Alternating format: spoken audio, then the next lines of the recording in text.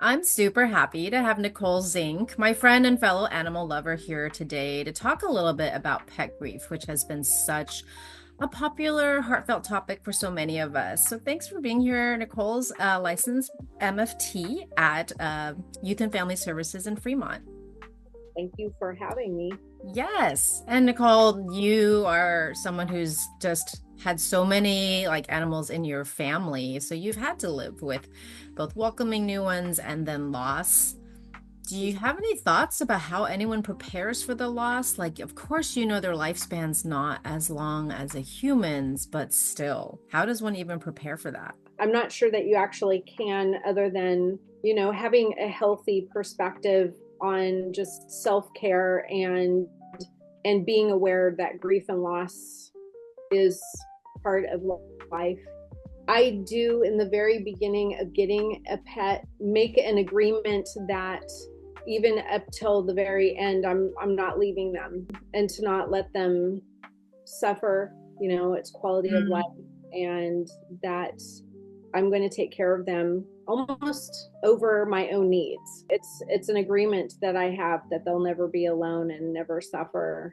And and also my perspective on it is, well, I personally cannot be without an animal. I live by myself. I don't have children, and I am an animal lover. So it's part of what makes me happy. It's part of my self care. I don't know. I don't think there's a way you can prepare for something like that. You yeah, know, yeah. It's accepting like the love and the company, but this is part of the journey at some point. Do you feel like it's been helpful to have a like procedure or ceremony or some way of saying goodbye when you know in advance, of course, right? Like when an animal's really aging or ill. I think that you have to follow your gut instinct of what you're needing at that time. Of course, if you have insight and self awareness of what you need to take care of yourself. I mean, again, it's different for everybody, and every loss that I've had with an animal has been different. So what I did for Monty is not what I did for Abigail, as opposed to as you grow and age and mature, your life is different, so your grief is different. I Mhm. say just follow what you need for that day, that moment, and to be very kind to yourself. I think as far as rituals go, for me, what I found helpful was, I know some people like to keep all of the stuff everywhere, but I had to remove it. Mm. Not get rid of it, but to move it so that it wasn't like in my face Mhm. everywhere. Like Mhm. the beds and the bowls and all of that sort of stuff. With the idea in my head that I'll be bringing them back in as soon as I get my Mm. next club. I can only speak for myself, but like I probably a shrine in my house. I All my pictures in every room are all of my animals. Ah, You I think know, it's beautiful. Hmm. right? I mean, Hmm. because the love that you have for these animals does not disappear when they're gone, Yeah. and I don't want to not remember them. And it Mm. brings me comfort to have them where I can see them at all this time, and even like on Facebook memories, when things pop up, Hmm. I enjoy watching those videos and talking to them. I talk to my animals. Yeah. Hmm. I mean, I do like little memento Hmm. things. Like I always get like a silver engraved um like token that I keep with me. I keep Hmm. their name tags and their rabies tags and all of that sort of stuff, and I put them on my keychains. Hmm. So they're always with me. Yeah. Thank you. I love that. Right? Because it is really personal. It And I is. think, yeah, like you're saying, like it's not like you're ever gonna forget, and why should you? But Nope. also there's no one right way to do this at all. No, there is not. It's every person has to follow what they need, even if it means getting an animal right away, even if it's waiting, you know. Hmm. Hmm. I know a lot of people say, that they can't go through that loss and pain again, so they choose not to. That's your choice. For me, the love and the happiness, the companionship that I experience with each animal is what makes it possible to even like say goodbye to them, you know? Yeah. Even a new love doesn't make the grief go away. They just coexist. No, Mm-hmm. absolutely not. So, like, for example, I now have a almost 5 year old golden doodle, Mm-hmm. and my previous dog was a golden doodle as well, and she was 11 years old. And during COVID, um, she passed, which was just, you know, my biggest fear during COVID, to be isolated and not be able to have her. Mm-hmm. It was very, very scary. And I immediately, well, within a month, Mm-hmm. got another puppy. Mm-hmm. That's how I do it. And my grief and loss for her was at least for the whole entire first year of his life. Yeah. You Yeah. know, so that's how I grieve. Mm-hmm. Because grieving is part of life, and it's not going to go anywhere, even if you have another animal. You still can find joy and happiness and companionship with this new love, while at the same time being very sad and missing the old love. Now, it was easier losing Abby because she was 11. I was Mm-hmm. starting to mentally and emotionally prepare myself for her passing. Mm-hmm. It's harder when they're younger and it's sudden, you know, there's no preparing for that. But again, I don't know if you can actually really prepare yourself for Yeah. them not being with you anymore. Yeah, it is, grief is a part of life. It's inevitable for all of us who are lucky enough to have things we care about, or people or animals, or to live long enough that we will inevitably have to say goodbye. Right, Um, right. hmm. But I go into it knowing that Yeah. that is Yeah. part of loving them, is saying goodbye. You're a very experienced pet parent. I know. I am a very experienced. Yeah. I often talk about with clients, right, that pet loss is really sort of often like underappreciated type of grief, often like invalidated, like and we've talked about this, right? Like if you say you've lost a human, people kind of get it automatically, but if you say you've lost, say a dog or a cat, people can like be dismissive or not understand how deep that bond is, and that can make grief even more isolating or lonely. Absolutely. I still to this day remember um my golden retriever who passed many years ago. He was my soulmate, Mm. like a soul dog. And his passing was shocking. And I think I was probably 2 months into grieving him, Mhm. and I'd gone to lunch with a friend, and my friend said, well, when are you going to get over this? Don't you think that this is going on too long? This is too much. You need to stop. And I remember just getting so furious and felt so invalidated. And Yeah. I was like, I actually said, I feel sad for you that you do not know what it's like to love so unconditionally, that the loss, and I wouldn't wish it away, Hmm. Hmm. because, the love that you have, um, that can't go anywhere because they're not there to love, that to me is what the grief is. But it's so beautiful to have it. But then also that someone could think it's something that you'd get over. Get over, like, Like it well, just what's the time stops, there's a frame? date. I don't think so. I mean, there is, I mean, and it's different with every animal. I mean, Hmm. I'm more of a dog person than a cat person. I don't grieve as long or as deeply for my cats, although I absolutely adore them, love them, take wonderful care of them. But I have a different relationship with dogs than I do with cats. Hmm.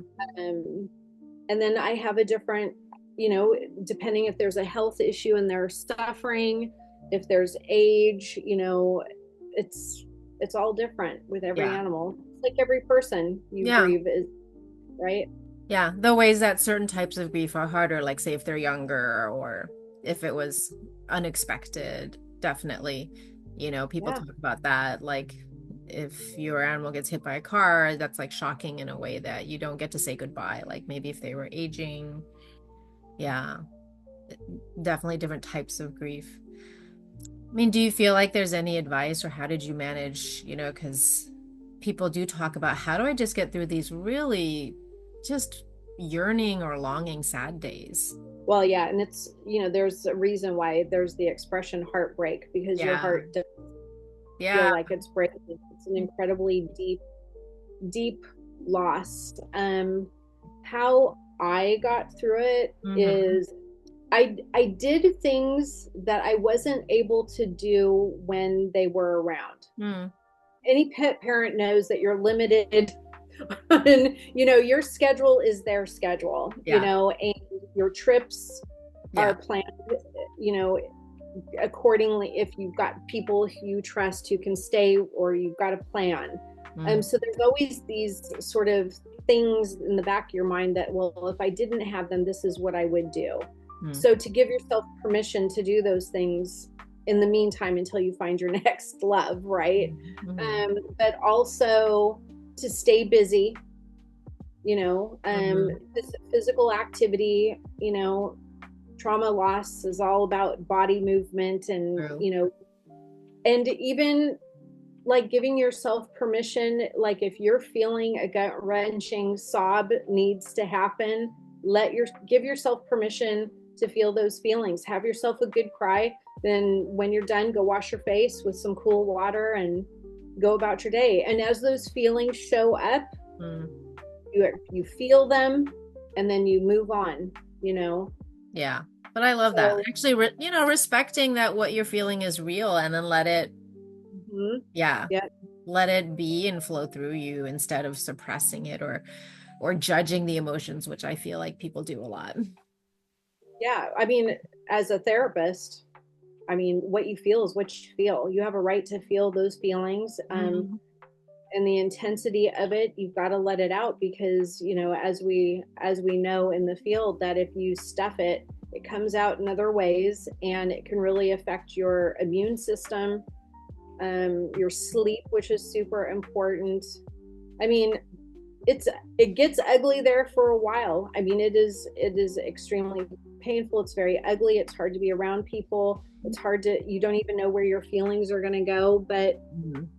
be kind to yourself, if you can, schedule more self-care, schedule, be busy with friends, go on those trips, um all that self-care stuff that you kind of like don't make time for, you got to make more time for it.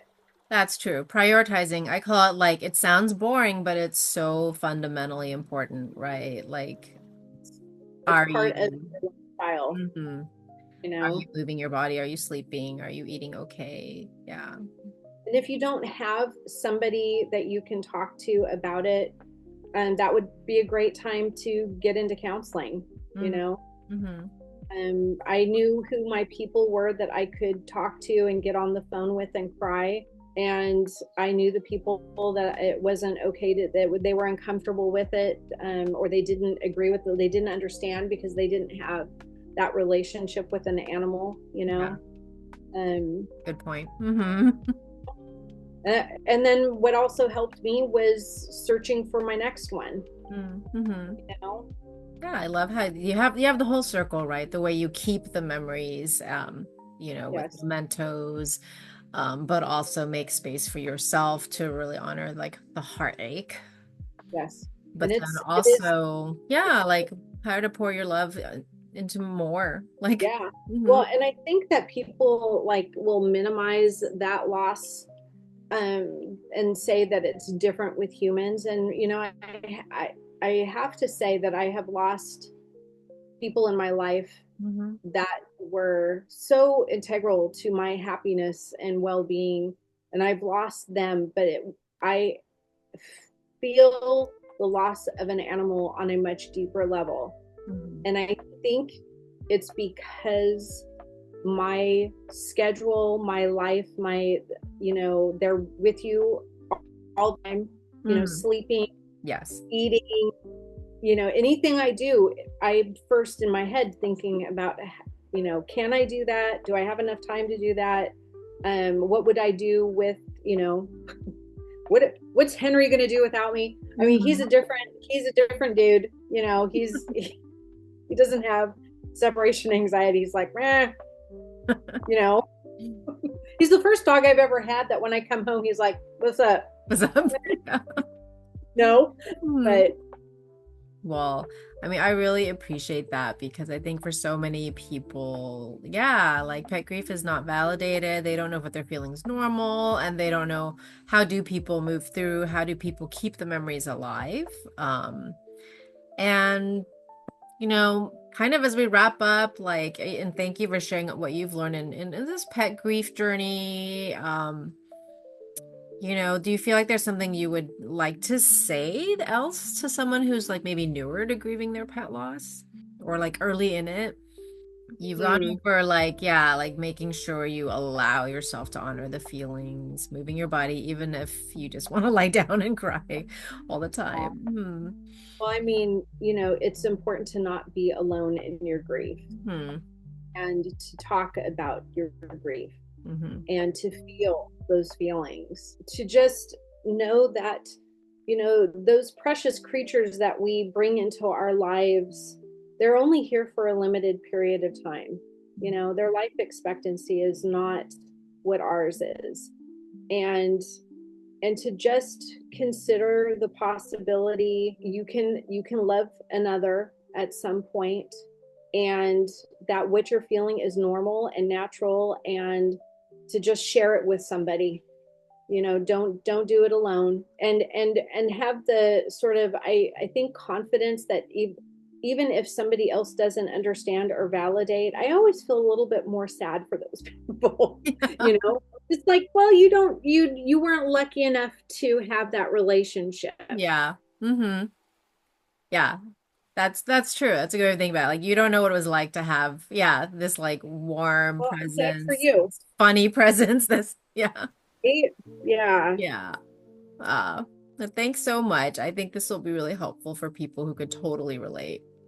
Yeah, I'm glad. I Mhm. I I think that it's an important topic that isn't talked about enough, Mm-hmm. grief and loss, Yeah. Thank in you. all shapes and sizes. Yeah. Shapes, sizes, species, and ages. It's all legit. Right? Yeah. What you feel is what you feel. Just, there's nothing abnormal about it. But again, don't do it by yourself. And if you don't have somebody to talk to about it, um, you know, Yeah. maybe get a counselor who's just there to listen to whatever you're thinking and feeling, and can be there with you as you're going through that journey of loss. Mm-hmm. Thank No you. reason to be alone in it. Yeah, I think it's what drives a lot of people to, yeah, counseling is realizing that maybe sometimes the people in your life don't understand this particular thing and don't know how to hold it well. Or Well, else I mean, drives a lot something of us to to YouTube, right? Looking for like, yeah, Yeah, other absolutely. But perspectives. something else to consider if you're not ready to have another animal, the animal shelters are always looking for people to go and spend time with the poor little bubbies that are there, that Mm, don't have anybody to go take them on a walk, or to just go and spend time with them. The shelters need those people. So if you're not ready for your own, there's always animals out there that need love and attention, such a good point. Yes. right? Just volunteering even in small doses. Yeah. Absolutely. Your heart is ready. Yep, absolutely. And that may be the way to meet your next one. Yeah. Uh, thanks so much, Nicole. Oh, you're welcome.